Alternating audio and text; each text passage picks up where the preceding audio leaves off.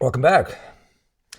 The topic of this conversation today is routines and practices per a question brought by Ilya, working on his own in these days and finding some of those some issues with keeping himself going and that sort of thing. And that's not at all an unusual thing when you have to work on your own.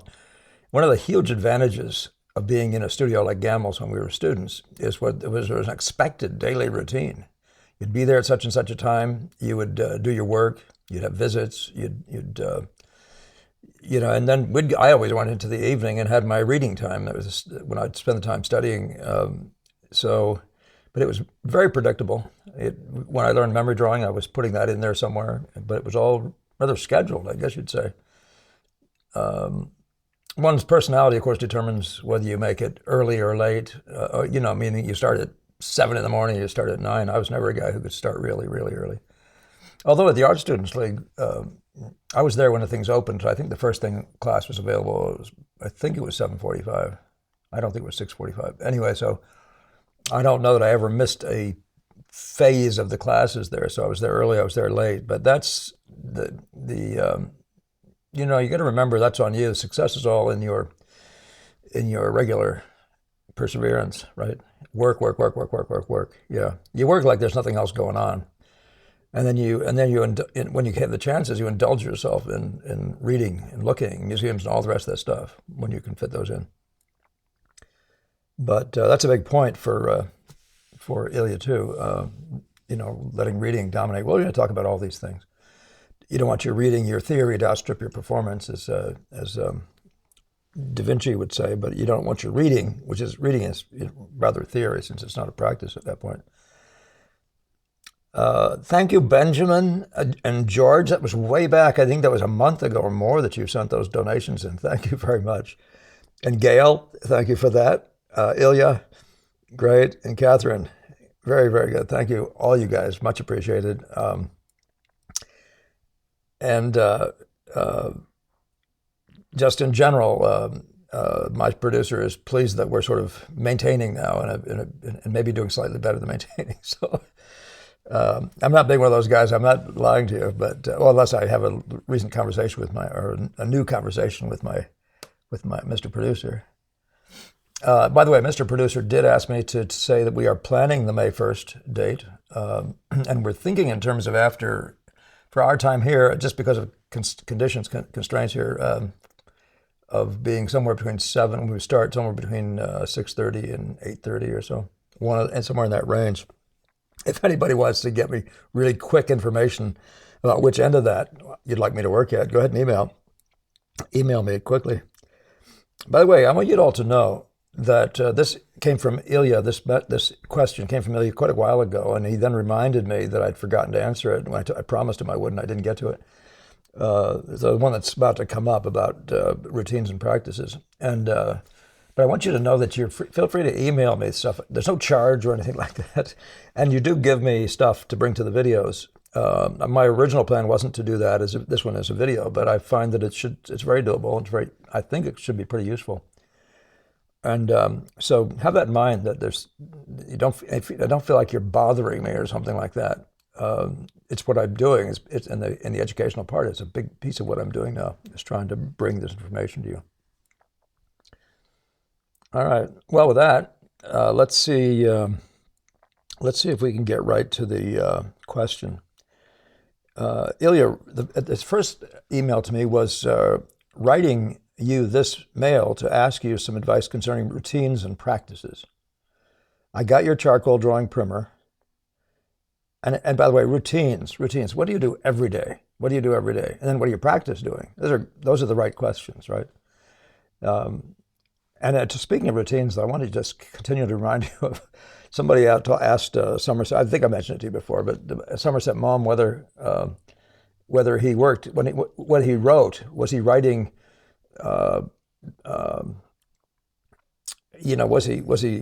Did he work with inspiration? Was he looking for being inspired? And he says yes, and my inspiration starts at 9 o'clock every morning. So, it does for us who love painting. Standing in front of the easel makes everything go. You just don't be in the other room thinking about it. go into the room, put yourself there as a routine. I'll take 9 o'clock. So he says, I got your charcoal drawing primer and it was really helpful, but I still struggle to create myself a routine to stick to. I feel like my habit of collecting all those gems of knowledge replaced the practice. Now, this is that huge conversation, theory outstripping performance that Leonardo talks about. And it's deadly, right? So could you make, if one day you've got some time, make a little customized schedule for drawing, like a really minimalist one, knowing that there are no plasters at home, but numerous books with good drawings, a garden full of plants and flowers, and a possibility to make lots of still life configurations. What would you suggest for this young man? I'm going to try, and anybody else who wants to respond to this, wants to give me feedback, and I can create a follow-up. I'm going to do my very best to sort of round this out for Ilya, but I'm bound to leave out some little piece. I'm going to take my time this time, so I don't, but it still could happen. And but making yourself a schedule. I usually keep them in my head, but then I find that when I don't actually determine the night before to do a certain thing the next day, that's the time when I start having resistance and find 10 other things to do. Schedule's a good term, right? But he's also talking about scheduling what in terms of development. And I'm going to talk about that too. I take that you are, Ilya. What should I do first, second, and third, maybe, or even in the course of a day? The day part, I'm not sure I've sorted that out in this, but maybe I'll get to it. Maybe it'll come up to me as I speak. So this is his follow-up when I asked him to be a little more specific if he wanted to or to add anything. He said, I tend to focus a lot on collecting information instead of just practicing. When there are too many notes, I struggle to organize them to create myself a steady, bold routine to follow. They call it analysis paralysis. Yeah, that's a big deal. When you're talking, when you read my stuff, listen to my stuff, any of those things, if it implies a thing you must first do, then second do, and all that sort of stuff, you might get yourself in trouble quickly. I'm not very good at this direction following and routine. I find it just massively confusing. And I try to organize students to go into the studio and look at nature and remember what inspired them. And then take an approach based on that, right? And, start here, start there, whereas in another one you might have started in a different place. But let nature be the leader, and then allow the things you've heard to come into play. Just start doing something and allow things you've heard to come into play. Now, there isn't anything wrong with coming in there with one idea. You're going to start by floating the line today and make sure you do. That's a good thing, right? But most of what we're trying to get to is instinctual relational behavior. What do we call that? Your reflex is relational. So you get things going and you get the relationals going, and pretty soon the conversations, if you're listening to me, are coming back to you. So keep trying to learn your method from nature itself, okay? And the ambition to get the magic of what you see in front of you, the likeness of what you see in front of you in that simple way, but then more than the likeness, which is the compelling part, the part that makes you want to even be there, that you're trying to bring to somebody else and say, look, what I found, okay? So is there maybe an example of a minimalist routine? He's hanging on to that. He wants a routine. I like his word minimalist, though, which a young artist without an access to the studio could stick to. Still life configurations, people around, and drawing from life outside, or maybe how a young artist would approach the creation of his own learning routine based on the visual order principles. Yeah, well, that's kind of what I'm going to talk about. I'm going to show you several ways of approaching drawing. So the first thing you do is going to be about drawing, okay? So let's just make that really clear. The first thing in your education is making yourself confident about your drawing. It really is. And drawing is a lot of stuff, but it's significantly the spatial involvement, things that are something over here, something over there, or in the course of a contour line, the bumps being the right distance from each other and all those sorts of things. So it's but when I'm talking about drawing that way, we're going to talk about it two ways. We're going to talk about line drawing, we're going to talk about mass drawing, and I'm going to give you examples of things that you can do at home. Your difficulty is going to be finding somebody who can critique your work. And I've offered to do that a little bit. I might be able to help you if you can have a camera ready and shoot from exactly where your eye would be and make the object you're painting and the picture the same, to appear roughly the same size, but certainly shoot them the same light at the same time. Now, of course, you had to go through all my stuff, and which he's already done, and make sure you are lighting your picture well and all those sorts of things, so that you're not painting in the dark. But anything else that I have primers on charcoal drawing, and so if you want that, do send for it. It gives you that setup information.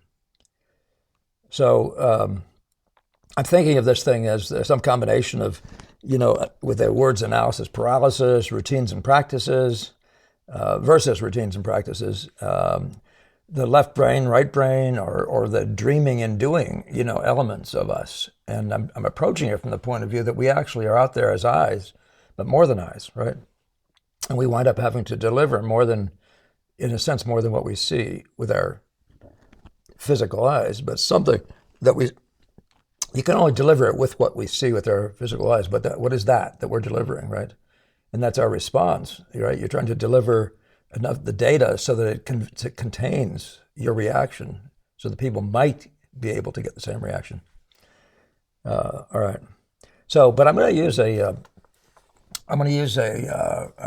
analogy here about this whole thing just for fun. And so, what I'm proposing that you do is think about this as filling up a tank, which your reading is. And I recommend you fill up the tank, right? It's all good, right? Fill up the tank. But then leave the gas station and don't keep going back and filling up the tank. Drive and keep driving until the tank's almost empty. I actually found a routine. I'd find I was reading too much. I'd have analysis paralysis, and it would turn into a fear, actually. And I had to drop that and just throw the book to the side, bury it somewhere, don't even think about it again, and paint, and just paint. And that's why I say you just become a sheer athlete, at that point. You just become an instinctual painter. And then you'll find a need for information. And I'm talking about multiple kinds, but significantly, something will improve your painting. You'll see need for information. You start going through again, looking for data, and it will come to you.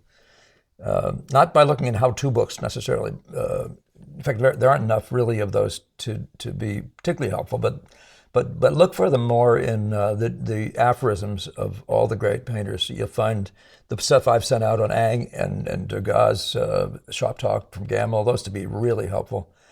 I may even have a pile of quotes somewhere that I could share with you. I certainly often share with you Paxton and those guys. The idea of using just the right amount of paint, things like that. Things you may have in the middle of your work, you're having a problem, you realize it might have something to do with the quality of your paint. And then but just reading, just in a search, and by the way, you can go directly and search some of those things out. You can go look at the museum and find out what kinds of surfaces people have, how thick the paint looks, things like that. That's a kind of reading as well, isn't it? But you read again, and then the tank starts running over, and you get out of there. Don't let it get too full, or you begin doubting yourself. In other words, you begin doubting you can achieve this. It starts becoming too much. And I think that might be where you are, Ilya, where a lot of us wind up, and you have to be thoughtful. But I'm like you. I actually, for some reason, want to analyze. I'm significantly left brain. And you can say that one of the problems with that is that the music comes in, and if you're too left brain, you'll think, I can just make this a mechanical process, and you don't have room, you don't know how to engage or allow the right brain guy, the inspired character who's a running around athlete, smiling and laughing, that guy doesn't get in the room much because he seems like he's incompetent or something, So, but remember a couple things. Remember it's a marathon or a cross-country drive, cross-country race. Remember it's a long thing. So you're not going to load up on a bunch of stuff, first this, then this, then this, then this, then this, right? Now, if I said anything to you guys in that charcoal drawing thing, I probably said, make sure you decide what is going to be the top and what's going to be the bottom of the cast drawing, and don't move them. Well, I'll tell you that, and you might want to check on that advice. When you start having troubles, go back and reread anything I may have sent you. Some of that information is in there, but you also have the opportunity to email me if something's going on that you can't sort out. So I still am the gas station, so you can still go over there and think, well, let's get some information now. So, and that's one of the things you get automatically from a teacher. And that's like, yeah, you're just, you might say he's always there. The gas is always running and your tank feels always like it's too full, which is why I am of the mind that you want to have about 15 hours of work for the student. Certainly a student is moving okay before you see him again. So he's not only, his tank is only low, it's like not having enough food, he's now starting to fast, he's starting to have, his body is actually starting to have to go and feed on itself. And I hope that doesn't sound funny, start eating its own fat, and that's a good thing in what we're talking about. I'm going to get past where this is just talk, okay, in just a minute. But we think we can learn it and just go practice it, but we can't. So we're really bound to a trial and error process. So you've got to engage that and be amused by that. And I'm talking about learning how to draw at all. So get your, when you start doing the things I'm talking about, get your pencils going and make mistakes and learn how to make quality mistakes that are changeable, where you can adjust those mistakes, okay? But you have to draw dark enough, as I've said before, you have to draw dark enough to see what you're doing so you can see relationships, so you can watch relationships. And then you have to draw light enough or surface touched enough so you can take it off if it gets to be too dark. So there's some stuff like that you're going to want to practice. So I think I'll leave that. I think I'll leave that at that. Now I've made some other notes, but I think it can go too far. Just remember what you're doing is not a question of talent and that junk. It's you have some level of talent. You have something that other people don't have. But the very next guy next to you may have a certain kind of talent, but you won't have the one you have. Certain thinking skills, for example, might be something you have, where the other guy, the athlete guy, will flare up and then he won't have learned how to think. He would have learned how to think things through and find information. So, there are kinds of talent. The athletic is one, but the brain, you get the sense between people like Larry Bird and Johnson, if you don't, Magic Johnson, both those guys were clearly of the thinking sort, right? They really knew the game and were thinking even on the floor. So you want to make sure you just understand your best thing, whatever you got, and call that your talent if you like. And then you got to build everything else. That's true of every single one of us. So what I was going to do though is say you can take directions from all sorts of people, and you want to be thoughtful about this. I know when you're traveling cross country, you can stop on the side of the road. And I remember one guy said, he said, straight's and narrow just down the road there. And we were driving on a road that didn't have anything straight about it. It was wandering back and forth. Well, the guy was in an area where, he might have been just enjoying himself talking to you. But there are other times when you get directions that are just flat wrong. And you do all the stuff you're told to do. But who are you taking the directions from? How long has the guy lived in the town, for example? Does he even drive? So you really want to think of your neighbors, the guys who are studying with you, around you, even the guys just before you. You want to consider they're, relatively speaking, they may be of minimal value depending on who they are and what but it's hard for you to judge. But you can look at the greats, and even the greats, they all consider that they were just approximating what this thing is. I mean, the search for what this is we're doing, what we're working with here, is on us all, and we're always in this place of trying to get closer to what is the very point of this thing, right?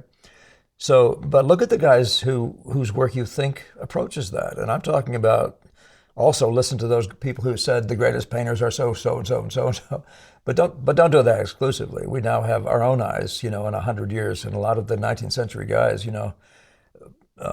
we will think of more highly than some of their neighbors did, and so on, and some others the other way. But what I wanted to make a commitment to is that what you're going to find out in the course of all this is that nature is the source. So no matter what you're reading books, all that sort of stuff, significantly, the good painters are going to talk to you and say, what you're really trying to do is master the look of nature. You want to be skilled, confident that you can make it look like. And but with the purpose of being able to, the purpose of being able to do that is to be able to draw forth through the truth, that visual truth, the magic. And one requires the other. You can say you're getting it, but the truth is in the look of nature. So and the source of all the arts is nature. Everybody will tell you that. So nature itself. So a comment I'd make was just you want to drink with a lot of love from that source. Okay. And gradually the masters will have been just touchstones along the road.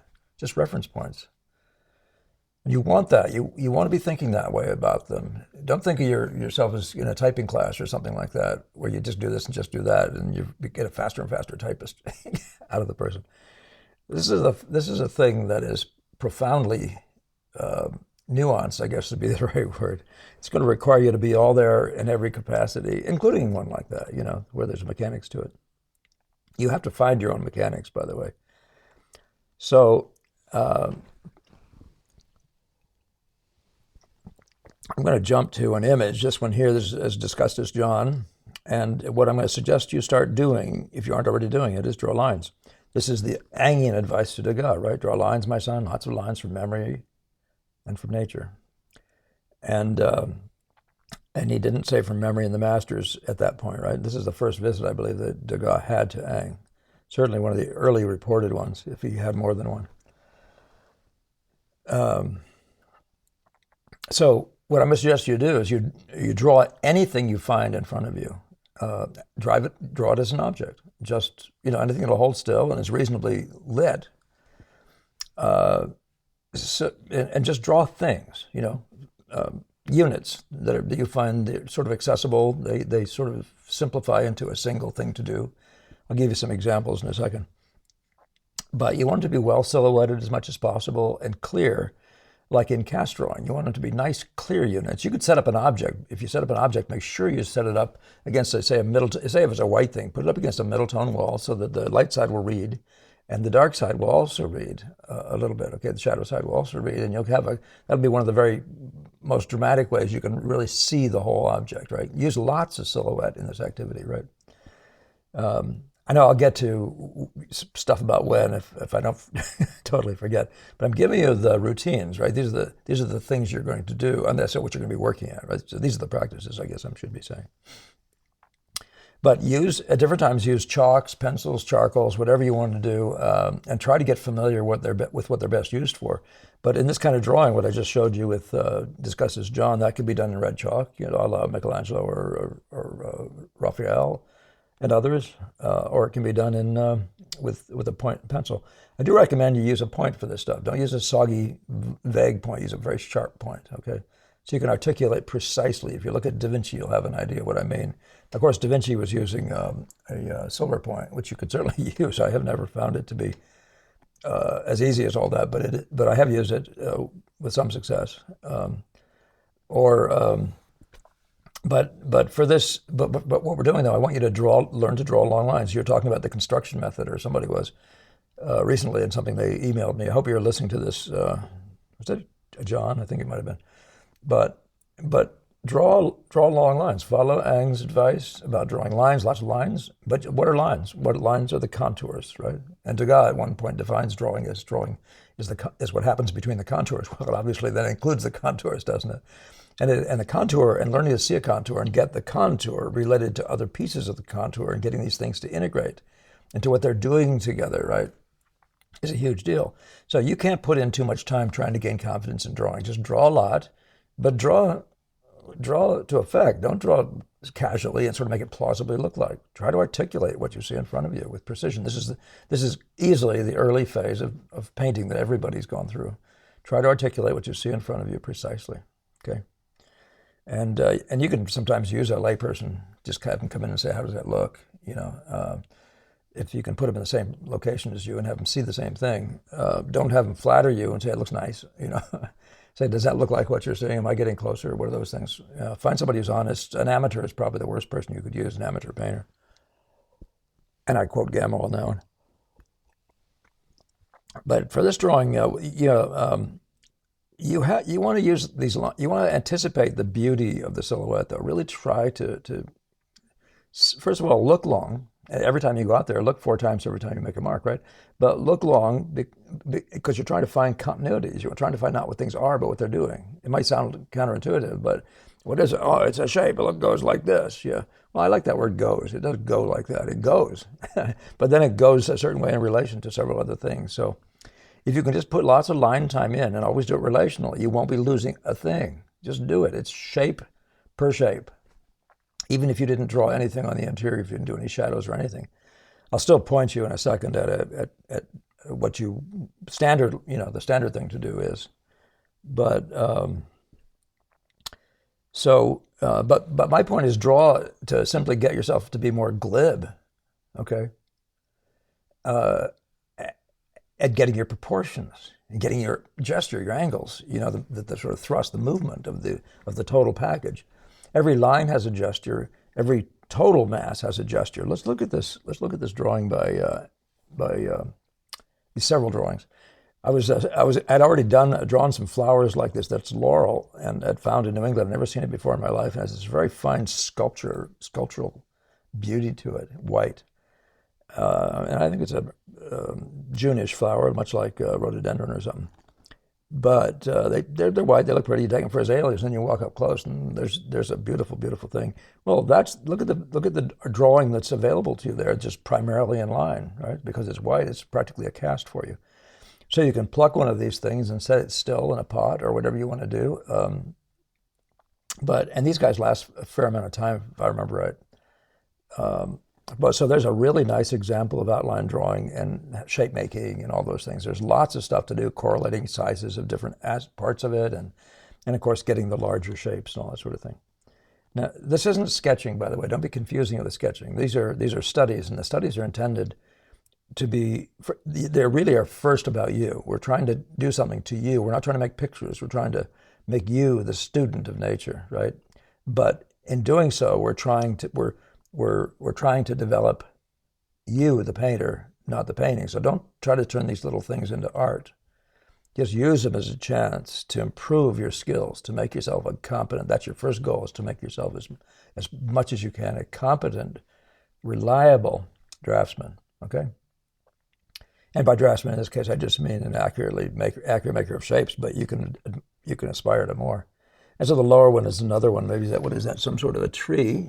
You could easily take the branch of a tree, but they don't last real long. You take too many leaves, they'll start fading on you, falling down on you. And then you'll keep adjusting the shapes, and then you'll think you can't draw. Moving targets will make you think the problem is you. I remember looking up one day at a model in the classroom, and I realized this model and I was failing. I was doing badly in my drawing.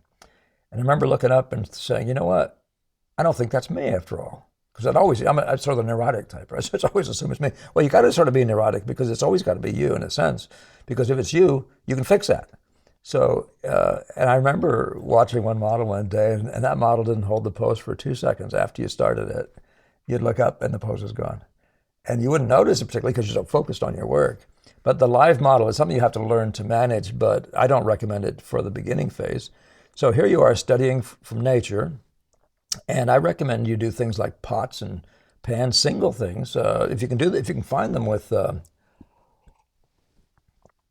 in various values, no matter what value they are, set them off so that you can see their outlines clearly, right? Because you're going to be focusing with the line drawing on drawing the contours, the outlines of things, right?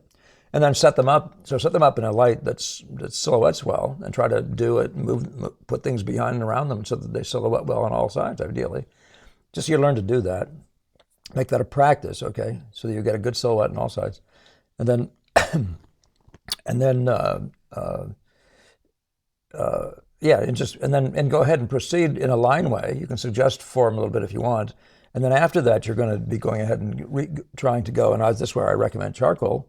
You're going to be trying to be going to what would be the equivalent of a cast drawing. But do pots and pans. And you're going to do, in a sense, you'd say, I'm doing pots and pans apropos of doing still lifes, right? There's a nice book out there, by the way, called Pots and Pans, which is about still life painting. It's a fascinating little book. Nice reproductions and some good painters represented, all from the turn of the last century. Excuse me a second. I don't know where that's coming from. So your first drawing, line drawing, get confidence that you can make shapes, proportions, gesture. And when I say shapes, I mean the beauty of the bump count. I want you to be able to get the great forms and the little forms all at the same, not the same moment, but all incorporated so that the great forms are great to each other and that the little forms are all there in the right places playing their roles that are sometimes international as well. So it'd be like talking about the great form of the skull here, and then being able to put all these little guys in here. And this is in this, also applies to the outline. but it applies also across the surface. And your job is to make sure the skull isn't destroyed by what you do to the values in here just to get these little parts. And that really is one of the primary skills of drawing, and you're aiming at that, right?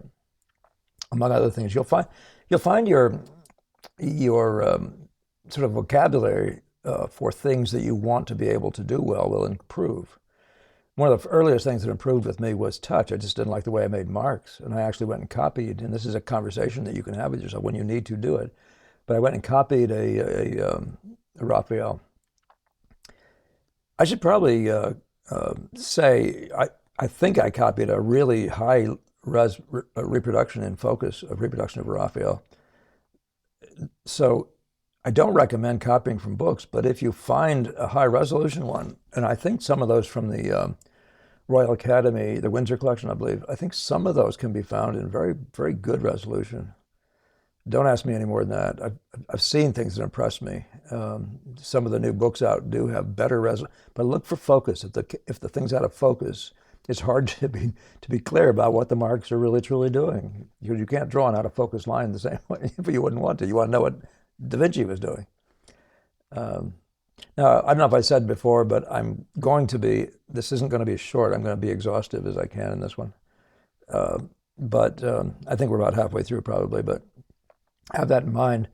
Among other things, though, when you get to this phase, you will be studying the movement of light, meaning literally on an object, and you can read about that in places.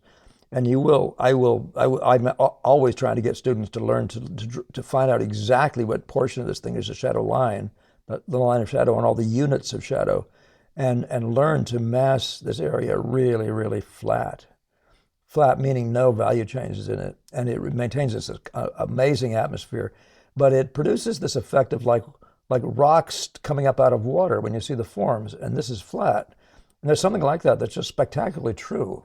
And atmospheric then becomes an even more fascinating term because now it's the atmosphere of the liquid, you know. And atmosphere, for some reason, always wants to have this sort of odd sense of liquidity for whatever that is. But you will find that if you make these shadows really flat and smooth, too, you don't hesitate by the time you get to the point of knowing your shapes are in pretty good, that's in pretty good shape, to go ahead and use a rubbing process to rub down these darks into flatter, even more smooth units, so that they will even suggest more either the smoothness of a wall or the texture of an atmospheric area. So you can do those things. Don't be in a hurry to do them when your shapes are going badly and stuff. You want to do that, and all you do is you'll destroy some spot where you need to have a beautiful light. You'll have made big darks there, and all of a sudden, instead of light, you're just going to have stains when you get done. For this kind of work, I recommend the charcoal Ang paper, but for the pencil drawings, I just recommend you use smooth paper and HB and a few values softer. You could start with H if you wanted to, but a few values softer, but keep them tapered to a beautiful point. I suggest that students trim and I've showed some of you this before, I think online, but you trim the wood away from the graphite for about an inch or maybe a little less, and then you just start sanding it on a piece of sandpaper, rolling it over as you go, and you get the most spectacularly beautiful point. And they'll last fairly well, the harder ones. But try not to keep drawing when the mark and the values are, such that if you're trying to get darker with the wrong pencil, you'll get greasy stuff and holes in your paper and stuff like that. So, and you don't want to be digging in, but that's just another conversation. You have to sort that out. But see, one of the things you're also teaching yourself by going through these various mediums is you're going to be studying some of the best practices. You're going to be trying to figure out these things as well. They're going to be on your mind. But so drawing has a lot of stuff to it. So just stop thinking about art. Stop thinking about the future and making pictures. Even though Gamma put us on pictures really fast, work for just a bit on making yourself into a draftsman. Begin to get confidence and just draw and draw. You get the drawing. You get the confidence by drawing a lot. You also get the insights. By trial and error, you learn best practices. And of course, people like me who've been around a bit can give you hints. If you've listened to us, you'll already have hints in your head somewhere. So just wonder a bit and try to see where something is going funny, and then wonder about what would you do, and often the answers are right there. They're either, by the way, often they're either in nature or they're in something I've said or something you found in a book. And I don't mean in a how-to book as much as I mean a book by one of the great masters. So I think that's, let's see if there's anything else. So mastery of nature is what you're going for, right? Confidence in your drawing, that's the first portion of it. And then we're going to be talking about values and things like that. So I'm going to suggest that you are going to be learning basically three things. Let me make this clear. When we say nature, you know that we don't simply mean the sky and the woods and the flowers and the trees and whatever. Still life is an ideal medium. Still life, when you put two or three things together, that's still nature, right? Anything that's three-dimensional and is outside you is nature, right? You could say a photograph on a screen is nature too, but it isn't nature in the same way as we mean that, except as a component in the room, you could have that. But you don't want to be using cameras, you don't want to be using photography at all for anything I'm talking about here. It's not going to train you in the real game, right? And you won't have that capacity to mine deeply nature itself, which is that 3D world, the whole world, the 3D world with the light bouncing and the form moving and whatever's happening, right? So our job is to be able to portray on the canvas anything that's enamored us so that others can get it. And I've mentioned that to you before already. So it's not just simply to imitate the thing or the scene itself, but particularly draw on that which carries the inspiring magic itself. So that's the closest thing you're going to be having to art involved in this. You're going to see, and you're going to see yourself making the marks to make a likeness, but you're going to be watching to see if it's starting to do that special thing that you've already recognized as making its magic as to shape, for example, right? Not just being satisfied that when you measured it looked right in that way. So, but it's that other thing. You have to have an idea, and there's where Ang's conversation comes in. You got to be working with these sorts of words. Have an idea of the thing, fixed in your mind and eye. Now I'm throwing, before I've been pushing shapes around all day. I'm throwing these things at you and adding more of that kind of stuff. What you're going to do when you get over this is you're going to go out there and you're going to you're going to set up some single objects, what I projected already. Then you're going to start combining two objects. Let's see if I can do this for you. Two objects, the combination of two objects, the idea of, and I'll show you a picture that goes with it in a second, but let's see if I can give you an idea of this. Here's the black cup. If I can hold that against myself or somewhere where it reads. But a black cup will set off this lighter guy pretty nicely, right? You'll see at a certain point, let's see, the black will create a silhouette for him. Where's my hand? Get out of there, Paul. I'll do this in a picture in a second. But setting off, you're trying to create new shapes and patterns by the combinations you create. So if you put two things together, you're not putting them together to tell a story primarily. You're trying to find beauty. You're trying to put them together where it's visual play. Okay, you're trying to create visual play. And take two objects. Don't try to create a still life. Just take two objects. Put them side by side. Let me move to this thing. This next image. Oops, wrong way, Paul. So this is where early on I adduced that via Gamma. I had never done any significant designing, but I think this is my second maybe or so still life with them, maybe a little more. I'd concluded that thing about making interesting, right? And later on, I hadn't concluded yet that a pot, even no matter how interesting and how you turn it and how much light is on it, it's still not the same, doesn't give you the same level of fun as recombining, say, a middle tone horn like this in a way that then mixes with leafy things, right, and other values like it, and creates a curious pattern against a relatively white field, right? And but you can see by looking at it that this becomes interesting, right? So the first phase of composition is interesting, right? Now, if you read Solomon, you read the Solar Systems, he'll tell you to make two objects slightly different in size or line them up so they don't feel like they're equal, side by side, and bore me to death, right? When you select your junk, select for variety. So there'll be two things that are different from each other in value and shape and type, amount of shapiness, simple thing and a combination of and so this combination is the first part. It's called grouping. Is the first part of the education of the still life painter, in my view.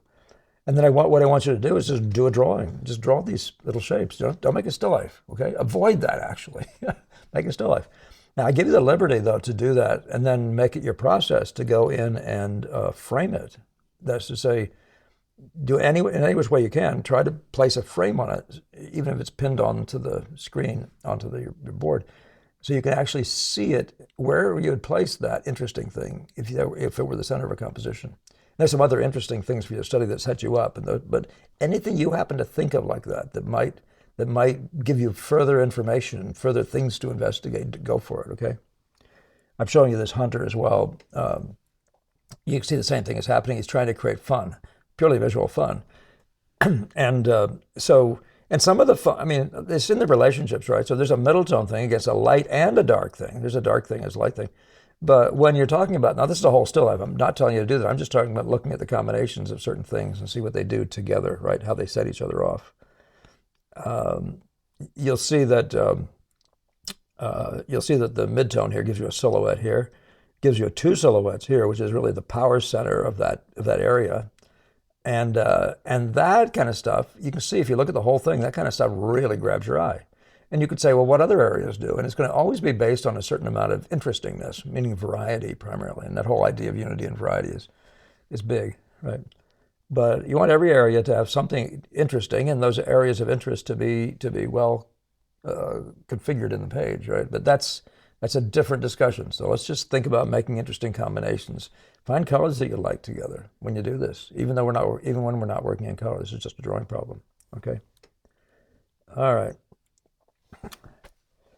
So when you're setting up these objects, though, be looking for the silhouette is where the action is, right? Degas says it's all silhouette. So when you're setting up these objects, you're looking for how they create interplay, stuff that your eye will go to. So if you have a very shapy object, you want to have maybe a lighter one or a light wall to set it up against so that it makes its shape dance. So you actually are showing it to people, right? So you're getting the interest. Don't bury it if it's a dark thing, don't bury it in a shadow. If it's a best shape, move it over till it's silhouetted against light, right? So you get the most advantage of it, and learn to do that, okay? That's your introduction to composition. So stay on that, okay? By the way, I made notes to myself here, which is part of what I'm looking for, and I'm going to ask my producer to, once in a while, flip this whole screen up there, but I don't want you reading it while I'm talking to you, okay? Yeah, I want me reading it. But I'll just do it with a blink, okay? It'll just be on at the end so you can take a shot of it or pause the screen to read it. So, yeah, so I wrote this, the relationships hold still. And one of the reasons you do still lives, remember you're talking one of the great teachers at the teachers/painters at the Royal Academy in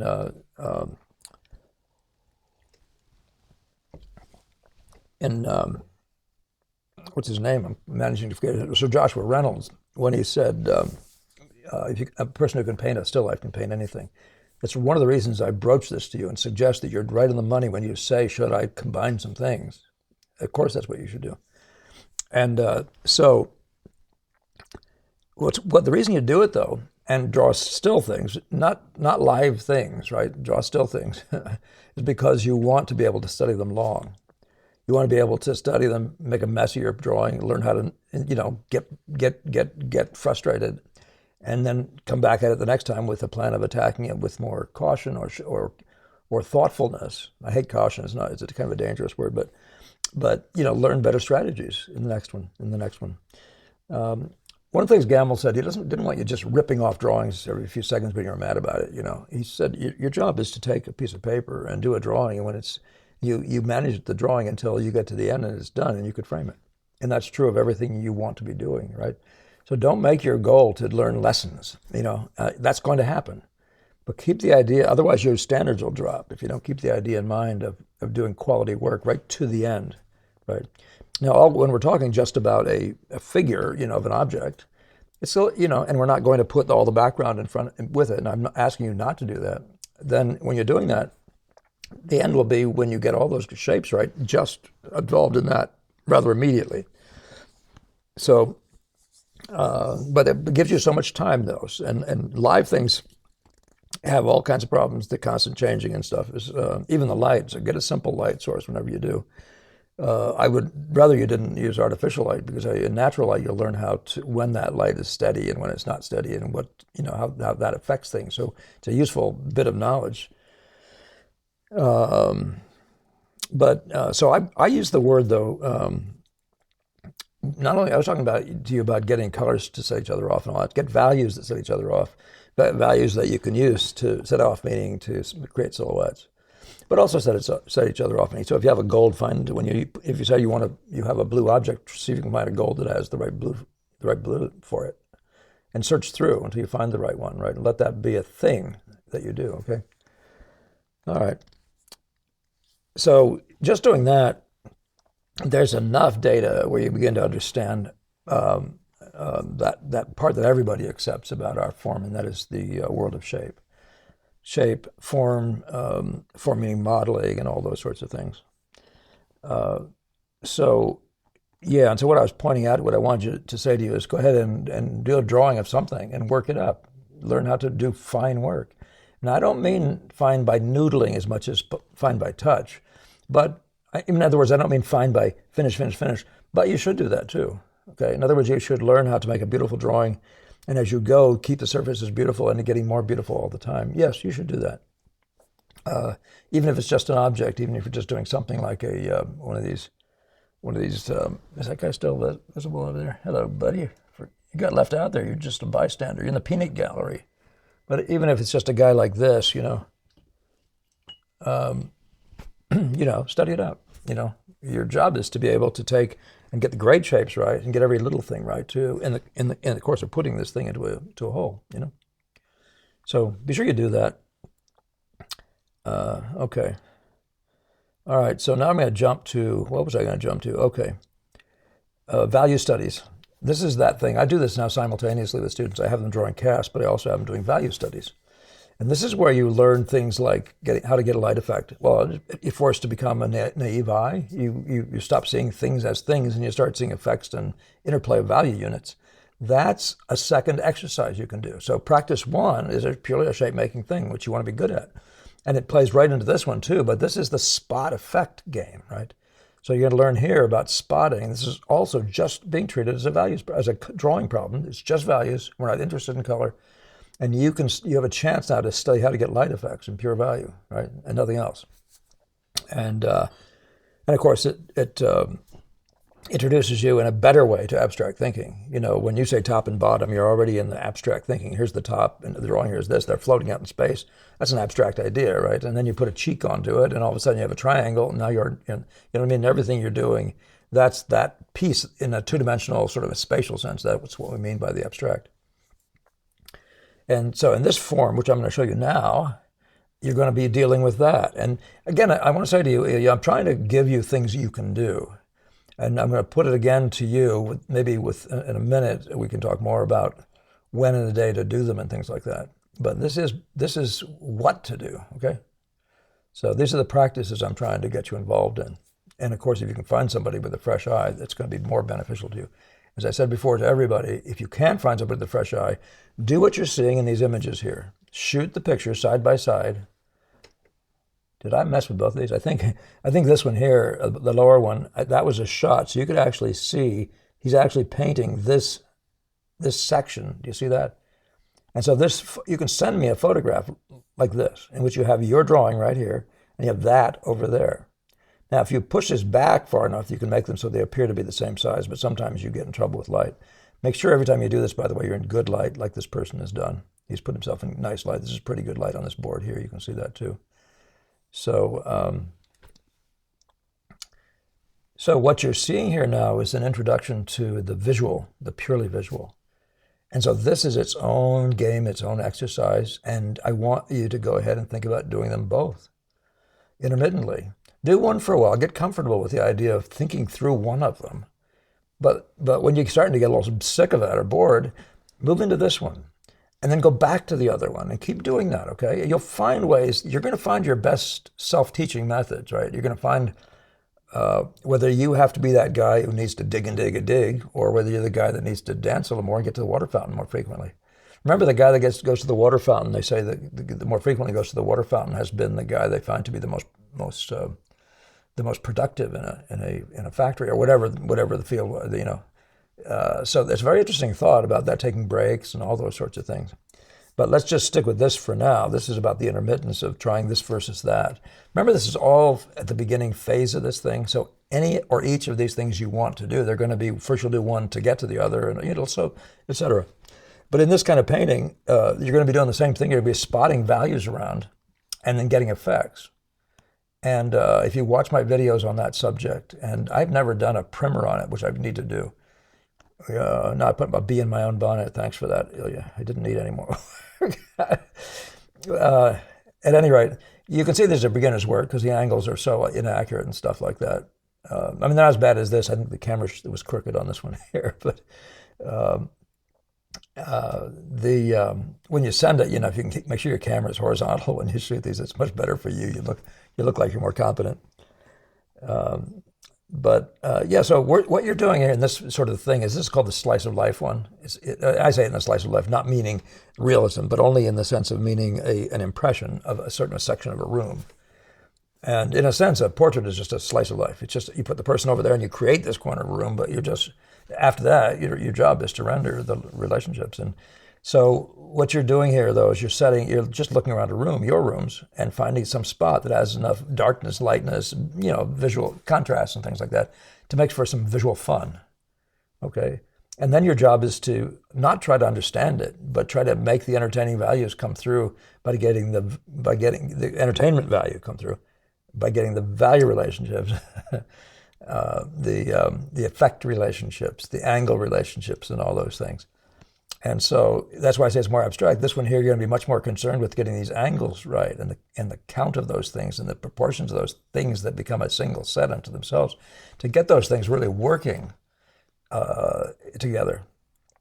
So that'll be kind of the stuff of that you can fill in with or do all the time. But this is the study of, and as I said, this is a beginner's work, so you can see that he's off in many ways, if this is actually true. I think this shot was done when there was actually more light in the room. I think this was a darker day one, so this possibly would be more true. I've looked at it, so I think this is probably more true than in his on a dark day than it was on this day. It's also shot from a little distance over, which probably made this band look wider. So we're not going to critique his errors or anything as much as just use it as a model. Remember, when you're in this world, everything is about value relationships, angle. I'm looking at all these verticals or straight line things, but all the relationships of these things, value to value, and then effect to effect, even sharpness of edge and the edge relationship. So you're occupied. Just so look at any of mine that are like that, where I'm talking about visual order, any of my videos, and see if you can apply this way. So I don't think I have to say more about that, do I? I'm not sure I have anything else much to say, except I'm going to start talking about the thing you really wanted to hear, right? How are we doing with time? Oh my God, this is almost an hour. I knew it'd be long, and so for all of you who just, you know, are still with me, or who aren't, I'm glad to have you back for the second part of this thing. But here we are with the very fundamental things about routines. Okay, work regularly. Okay, pick a time and stick to it every day. Your body will prepare for it. Pick a time. If you can only work 3 hours a day, make it the same time if you can. If you can't, find a rhythmic one. So make it one day this way, one day that way, but have it so you picture the rhythm in your mind. So you have the routine that creates a regularity. And then don't miss one of those days, okay? Work purposefully. Remember, you say here, goal one is confidence in your drawing. You got to draw relentlessly. You got to work for understanding. This is that, and so that's this whole thing of work purposefully. You're trying to improve yourself at your drawing. That's it. And the place to do it is in the drawing room. Draw. Now, you can draw outside the room, but things that are moving, it's not as easy. There are still some things you can learn to do to use your memory better. But even with memory, I find it's better to memorize fixed objects where you can check yourself, right? And don't kid yourself and think you got something good. Anyway, but so I'm not recommending working from life, but you can. There's no reason not to. There's certain kinds of things that are useful in drawing-wise. For if you see a group of 3 or 4 people and you see how the grouping feels, scribble them in as quickly as you can. And think Rembrandt and try to find that grouping. That's drawing, but that's more in the class of sketching, and that's not really what you're needing most. But you should sketch, yeah. Okay, so work for understanding of the imitatable, I said imitable, but it's probably the word imitatable visual elements of nature. You're talking about value, line, and color. The things that we can do on a canvas are strictly what value is it, what color is it, and where is it, right? And then what happens when these values meet and what do they do, and that's the creation of line and that sort of thing. So work to understand that, right? Your first job is to work to become glib and confident in your drawing. But you want to be working to understand the visual elements you're working with, and then work relationally. Work every single time out there until it's second nature. No matter what you look at, you don't look at it. You look at it to see what it's doing to something and what it is in the terms of something else, okay? Becoming confident you can achieve value relations and shape relations. Becoming good at drawing the big shapes and the small ones, the greater value unities and the individual ones, keeping the greater ones as they should be in the process. And this is a real ongoing search, and it's a form of discipline. I like to say what you're really doing is training an animal here, right? But you got to be able to give it the names of the things. I may talk about this in a minute, but that's the first thing, is you got to be able to know what it is you're working with, right? And then, so now work variously. Draw everything from objects to sets of objects, even to a general impression, and that's what I'm giving you here. I'm showing you those things, okay? So these are that's your sort of your set of instructions in terms of routines. Now, picking in the same time of day every day, working the same kind of hours if you can, but all those things, aim at getting in minimally 15 hours a week, and you will see some improvement. You'll see some improvement means you'll see a building in of the stuff, right? And again, the more you work like this with some sort of purpose. By the way, I found it. You can talk about my purpose being to make myself a better painter, right? My purpose to make the drawing in front of me more like. My purpose to make that thing in front of me, at all. There's a lot of sort of sub-purposes, but you get to own all of them. You don't have to be running away from it. But remember, the primary goal is to make yourself a painter. If you're talking to me, my goal is to make you a painter. It's not to make you a painting. I know if I can make you a painter, you're going to make paintings. Of course, in the process, you're making paintings anyway, right? So let's go to the next one. I think there's one more thing. And let's leave it with this one, okay? But this is we're past an hour. We're almost to an hour, okay? I might be able to get through these.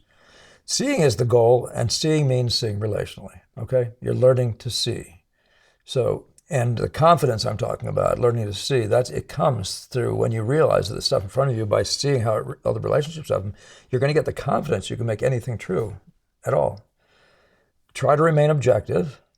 Get a non-painter to look at it if you can. Use your mirror, the other kinds of things people talk about. Use a reducing lens. Sometimes they help. You find some ways of distancing yourself from it, but I find the best way is to not, I didn't say that here, did I? The best way is to not take it personally. This isn't about you and your skills. This is about, you're an animal. You're sitting there and you know you're stupid. You don't know anything. You haven't done this before. You think that. You want to say that to yourself. I'm just an idiot. All right, well then how should I proceed? Because I'm going to achieve this, right? I'm determined to achieve this. So you just simply start making the marks and remain objective to the marks you make. So that when you look at, and then glance back and debrief to see how those marks, if they're true or not true. In other words, and don't get mad, because that means you're taking it personally. Just notice if they're true or not true. I'm talking about just say the height to the width, if it's true or not true. And adjust. And if you're not seeing it well, but you have an inkling it might not be true, then make a big move and move it quite a lot, and see if you can make it untrue the other way, right? Say it was too fat, make it too thin, see what that looks like. Allow yourself that chance to explore, okay? Keep on remembering you're training an animal, you're not becoming an artist. Remember, this animal already has eyes, he loves what he sees. I want you to set up everything as if you were an artist, but don't put it in mind that if you accomplish this, you've done something and now you are artiste, right? Remember, you're actually training a painter, okay? So that's the animal, right? You're training a painter. Avoid making art. Don't make still lifes. That's a point for all this stuff. Don't make still lifes. I mean, they may just make nice combinations. A single object, turn it until it's beautiful in the light. Put two together. Make them do special, unusual things by their combination. And just draw them beautifully. Don't worry about the next phase, the thought about, that could be a still life. Don't get greedy. A beautiful drawing is a beautiful drawing anyway, and they're usually not finished into the background. At that point, they become a charcoal painting. If you want to look at Lillian Westcott Hale to see what a beautiful thing that can be, please do. Lillian Westcott, Wescott Hale, Hale. But just study nature and study drawing.